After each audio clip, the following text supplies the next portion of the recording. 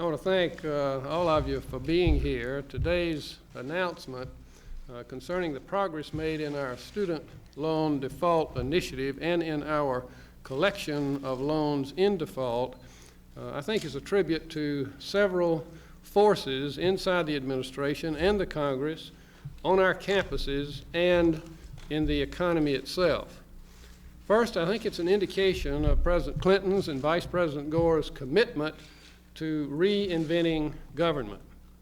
They've put a high priority on making the federal government work better, and I think that you will see the evidence of that in the results that President Clinton will announce in just a few moments.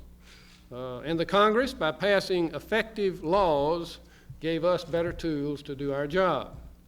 Second, it's a reflection of a lot of hard work, I think, carried out by our outstanding team at the Department of Education. The issue of student loan defaults and collections has been a tough one historically to get a handle on.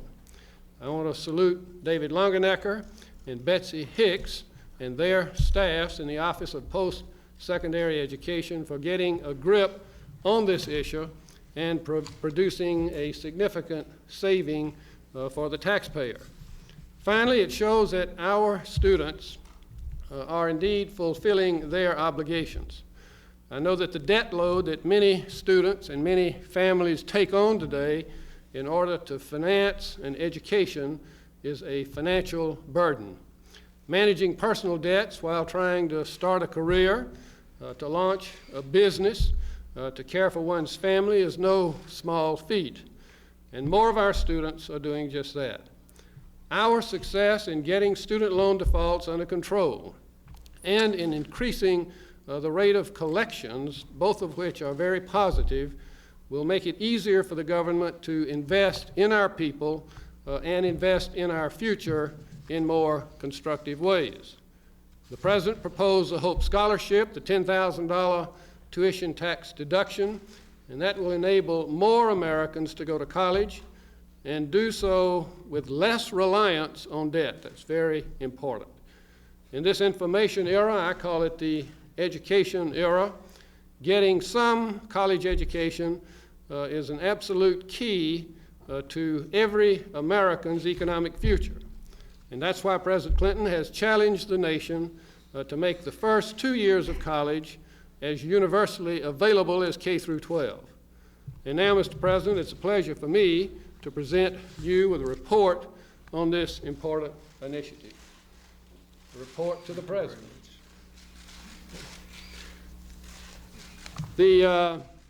Let me, first of all, ask the students. We're fortunate to have students with us from all over the country, from colleges or who have recently graduated from college, that were involved using the student loans as part of their ability to finish college and go to college. And I want them, if they would, just introduce themselves and tell their college or university. Go ahead. Yeah. Hi, my name is Valerie Estrada. I am a senior currently attending Colorado State University. My name is Chris Mustaine. I'm a graduate of Heidelberg College and Georgetown University. My name is Lauren Kramer-Dover, and I'm a junior at Harvard University. My name is Roberto Scribner, and I graduated from Wesleyan University. My name is Sarah Murphy, and I'm a graduate of Hope College. And I'm Fiona Rose. I am a student at the University of Michigan. Let me introduce Fiona a little more and ask her then if she would make a remark. I would say she is the president of the student body at the University of Michigan, a third-year major in archaeology. She's on the direct lending program. An interesting thing about her and her family is her mother was on welfare in Michigan, 6 children, I think, in the family. She realized that to make it in this country, you have to have an education, so using the availability of college grants and loans, her mother went to college. She ended up getting a law degree, and that is a story that all of us are very proud of. Fiona is carrying on in that family tradition. Fiona? Thank you very much, Secretary Riley. And even despite the snow this morning, it's a warm morning, I think, for college students and for hardworking families everywhere with the good news on the default rates. I myself, as Secretary Riley has said, am the second generation from my family to receive government assistance to get an education. And I know that I wouldn't be here without the good graces of the government and without an effective loan program that is the Federal Direct Student Lending Program, which has made it possible for me to focus more on the textbooks and less on the bank books when it comes to getting money for school. My family struggled for a long time living in the inner city on welfare. And after we were able to move ourselves up to the middle income bracket, I could then turn to government programs that were more appropriate to what I needed at the time. And so the Federal Direct Student Lending Program has really provided the opportunities that I need. And as a student in her third year, I will be thinking about repayment in a couple of years, and it's nice to know that I have several different options for how to pay that back. So it's good, I think, for all 6 of us to be here, to be able to tell you just how effective it is, and really to remember that this is government policy, I think, at its best, when we have the government providing opportunities for citizens and yet making us and yet allowing us to make our own decisions on education, such as how to pay back, how much money to borrow from the government, and then even beyond that, what kind of education we want, whether it's doing tutoring with the public, which I know Lauren has done, and whether it's working through the AmeriCorps program, Teach for America. This really is a good time for educational opportunities in this country. And so on behalf of the 6 of us here and on behalf of college students all over the country, I would like to present to them the President of the United States. Thank you. Thank you very much. Thank you very much, Fiona. And I want to thank all the young people for coming here and for representing the best in our country and the best of our future. I also want to thank Secretary Riley for this report and for the work that he and the good people at the Department of Education have done every day for the last 4 years. When I ran for this office in 1992, at every stop along the way, I always said one of the most important things for me to do in the next 4 years was to open the doors of college education wider by passing a loan program that would allow people to pay their college loans back as a percentage of their income, to have more options to pay their college loans back, so no young person need ever fear going to college because of the crushing burden of debt on them in the early years after they got out. But that at the same time, we had to have more responsibility by dramatically lowering the student default rate. I went to law school and college on scholarships and loans and jobs, and I felt very strongly that it ought to be easier for people to go, but that it ought to be harder to evade your obligation to repay the debt. And we have worked very, very hard to achieve those objectives. And that's why we've worked hard to expand college loans and lower their costs through the direct loan program. I'm glad that Fiona is a direct loan student. We've seen the results of that throughout the country, and we believe that when those loans start to be repaid, they will lower the default rate even more. We expanded Pell Grants and work-study programs in the last session of Congress to their highest level in history. We had the biggest increase in Pell Grants in 20 years, and we added 200,000 more work-study slots. AmeriCorps was created, and it lets young people obviously earn money for their college education by serving in their communities. And in addition to that, as this report points out, we have strengthened the basic bargain. There has been more opportunity, but there is more responsibility. The default rate on student loans that is being announced today is the lowest in the history of America. It has dropped 40% since I took office. It is now below 11%. We want it to go lower still, but we can be proud of the fact that more young people who go to college are showing that along with everything else, they have learned the important lesson of their responsibility to pay the loan back. And that means savings of hundreds of millions of dollars to our taxpayers, savings which will make it easier for us to balance the budget and easier for us to invest more in education. We have done our part by placing tough sanctions on schools that didn't do their part to prevent defaults, and in some cases we actually took away eligibility for federal loan programs. When necessary, we have tracked down defaulters and made them pay. Frankly, a stronger economy has also helped to produce today's good news. More young people who get out of college can get good jobs and repay their loans more easily. And that's very, very important. But the bottom line is that this report shows that our strategy of opportunity and responsibility is working. It's working because of the steps that have been taken to improve student loans and strengthen the economy.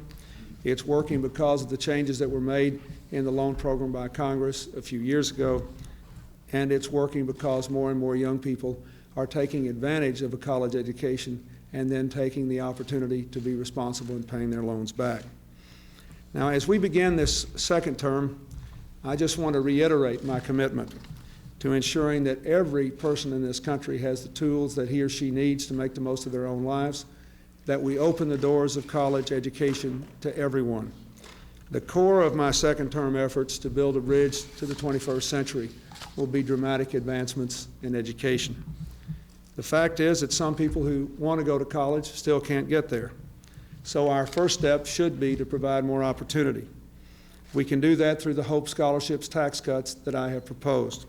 They would allow Americans to deduct from their tax bill, dollar for dollar, the cost of the typical community college tuition for up to 2 years, to make the first 2 years of college as universal as a high school diploma is today. They would allow the typical family to deduct up to $10,000 a year from their taxes for the cost of any college tuition. They would allow a family, and more families, many more families, to save through IRAs and then to withdraw from those IRAs penalty-free if the money is being used to finance a college education. Especially now that more and more students are taking responsibility for their own education, we simply have to do more to open the doors wider. The Hope Scholarship tax cuts would make college affordable for every person in this country willing to work for it, especially when you couple that with the availability of the loans and the work studies. America needs these tax cuts to help America pay for college, and I hope Congress will help us to pass them into law. Let me also point out one of our other proposals that I've had on the table in Congress for 4 years now, which I am determined to get passed in this next Congress, is the GI Bill for America's workers. A lot of people in the workforce need to go back to school.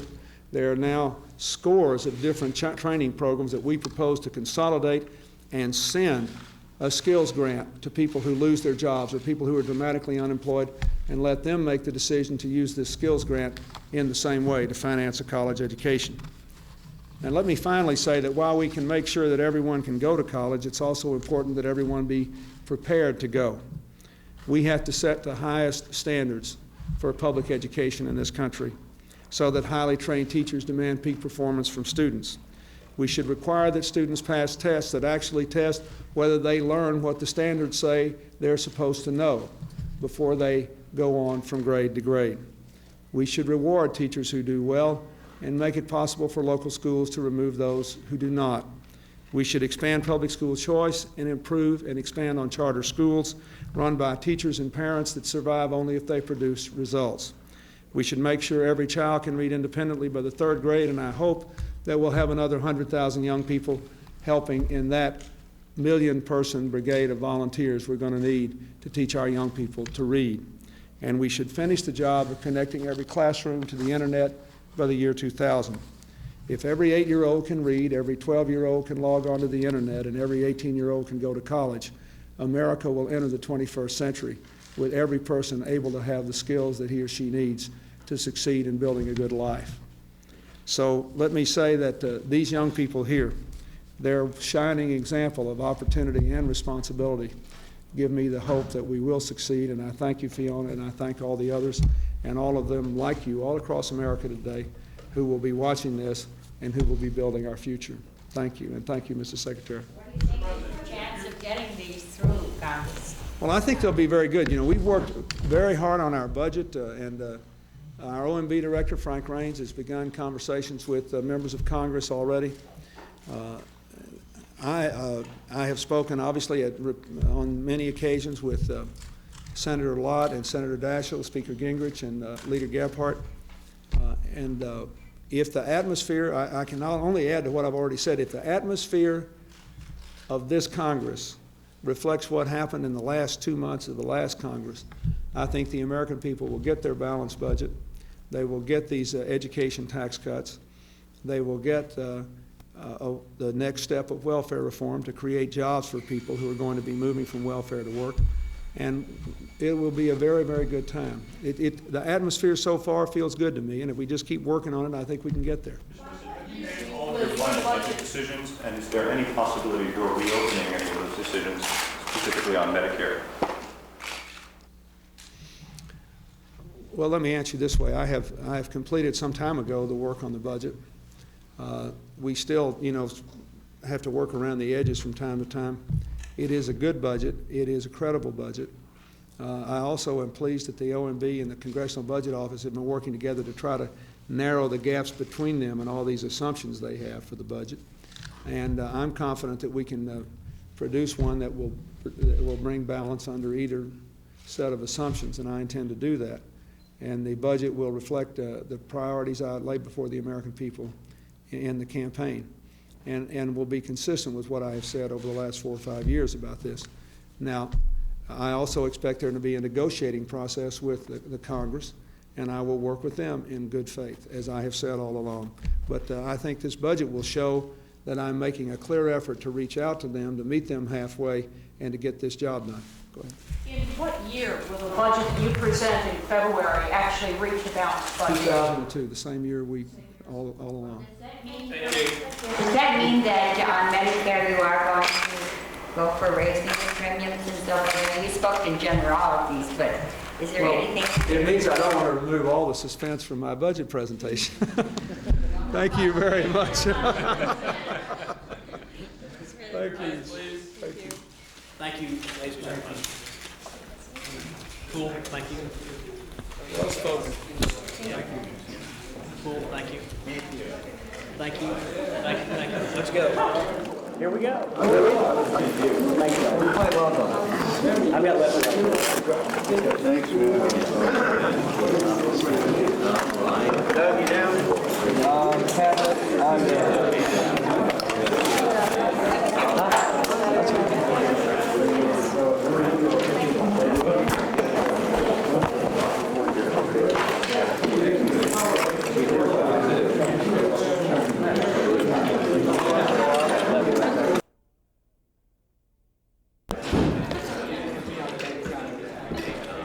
Hey guys, go ahead and leave, and then we'll come back and get whatever we need to get. Can we go ahead and leave, and we'll come back and get the equipment?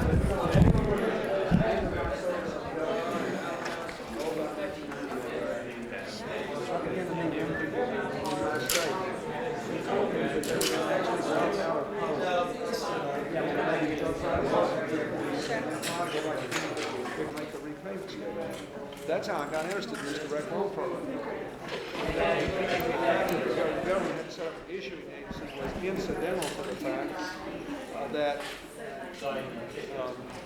I thought young people ought to have an option to pay their loans back as a percentage of their income, and then if they wanted to accelerate it, it changed. And I got interested in this because Hillary and I were in the they 0.26% by supplemental. Some very small percentage. And we had to pay it until our class paid its debt off. And we all did. And so I had this idea rattling around in my mind for 20 years, about how we could do that. But I also thought people ought to have the option to play it off, because if you're single and you have a decent income, better get rid of it because you lower your interest costs a lot. So that's really how we got into this whole thing. And the other thing that bothered me about the old system, even though a lot of changes were made in 89 and 90 by the Congress back then, which made it easier to collect the defaulted, if you have a 90% government guarantee, it really, under normal circumstances, it lowers the incentives that banks have to go built in for the default. Right. Because if I'm a banker, you owe me 10 grand, and I'm getting 9 grand from the government, I can't get a lawyer to sneeze for less than $1,000. So there's no way in the world I want to do it. I mean, that was really that's the fun. And then your interest rate gets locked in, like you were saying. I mean, I just did the math yesterday on it.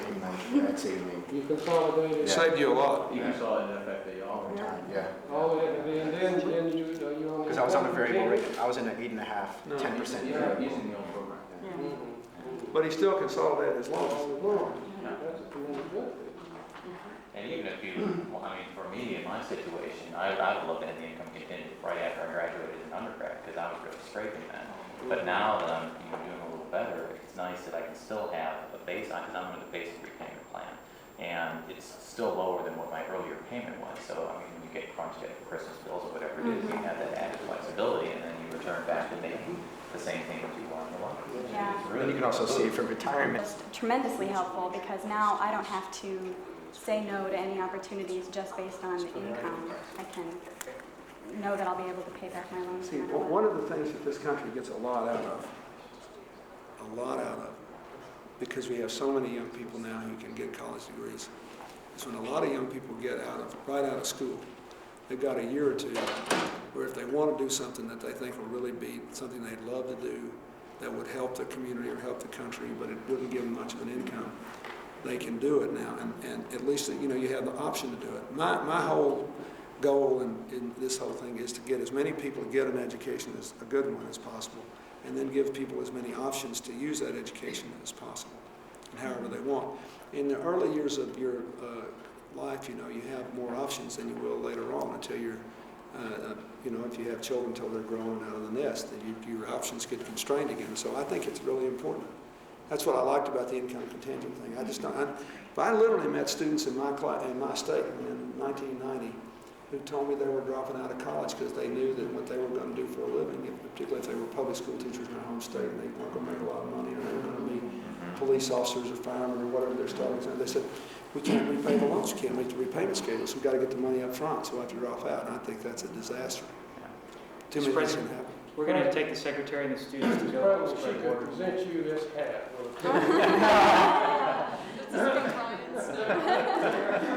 Let my buddy Brian do it. Yeah. He's a wonderful guy. He is. He's a good guy. There's a guy from Arkansas who's on the part of the administration out of Colorado State. Is he still on the faculty? Yes. Mr. President, Betsy Hicks heads up our student financial aid team. Please Up serve. from Harvard. She does a wonderful job, 15 hours a day. Dave, good to see you. Secretary of Colorado. And if we could have a picture. All right. Thank you. Okay, let's take individual pictures for the students. All right. So I'm excavating in Pompeii this summer. Oh, I hear that you have a chance. I've been to Pompeii. That's what I heard. Oh gosh, yes, it's fabulous. That's what I heard. It is unbelievable. The ruins, I mean, they are so exciting. They rarely let I can't believe it. I found, the amount that is still preserved after it endured, so old. You can actually, those. I found one of the most interesting things are those open eating places on the street. Like they had the first sort of, citywide open eating thing, as well, and they had also the first covered malls. They had shops in a covered mall. The first city that we know So you went about. to the town. You went to the forum and everything. Yeah. Did you have an Italian guy? Yeah, and I spent hours there. I mean, I was really fascinated by how they organize life. I spent a lot of time there. And they haven't even excavated 45%. That's fascinating. And it's amazing how many of the wall paintings have been preserved and stuff. To me, I was just, all that site has endured since the volcano is just stunning. I know it is. It's great. Well, I'm looking forward to it. Well, good luck. Send you a postcard. Dude. Okay. Yeah, let's do this. Thank you. Thanks. Well, I saw Colorado State in a fabulous football game right toward the end of the season. Which one was it? Too real loud. I'm not too up on the football. It was there's some game they were like 25 points behind. They came back and won out. And it was unbelievable. I just was channel surfing one night. I was exhausted and couldn't bear to go to bed. And I replayed this football game. This is incredible. It's They were doing good. Thank you. Thank you. Where are you living? I'm in Fairfax in Virginia. But anyway, did you go to the school of service? I did. Yeah, I was in the graduate program there. Had a wonderful program. It's a great place. Yeah. Yeah, I was very happy there. It was very nice. Thank you, Mr. President. Hello. not true that it's not a good place to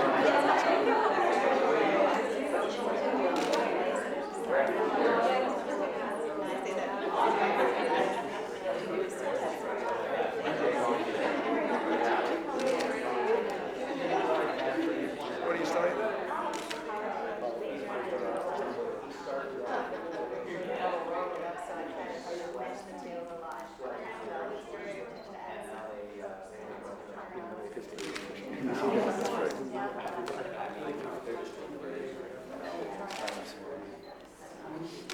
Tell me what kind of consulting work you're doing. Like management and technology. Also philosophy and government. It's been a big step. So we have like a good education.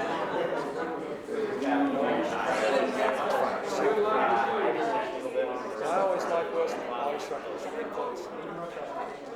One time I don't know where she's going. She doesn't even know where she's going.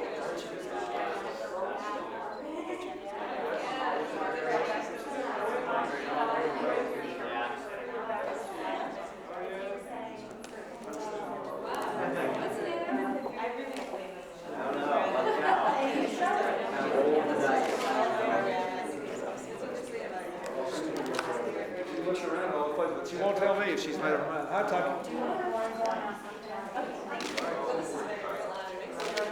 Good luck for her. Wonderful. You know, friend, my objective. Everything for me. Great. Thank you very much. This is education at heart.